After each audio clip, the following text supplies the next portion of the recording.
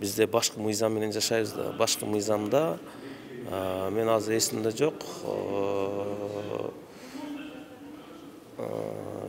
76 берене болуш керек. Ошол жерде так жазылып турат.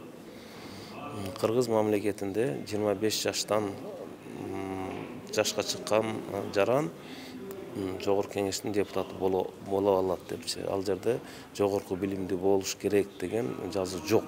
Ошондуктан баш мыйзамды өзгөртүш керек, же болбосо жөн эле жогорку кеңештин депутаттарынын диплому андай экен, мындай экен деп пиарит этип өздөрүнүн мындай элди, коомчулукту башка нукка бурбаш керек да. Конституция менен жашашыбыз керек. Демек, азыр улуттук коопсуздук мамлекеттик кызматын жүргүзүп аткан өнөктүгү баш мыйзамга каршы келет дейсизби? Баш мыйзамга каршы келет. Мен толук кайталам.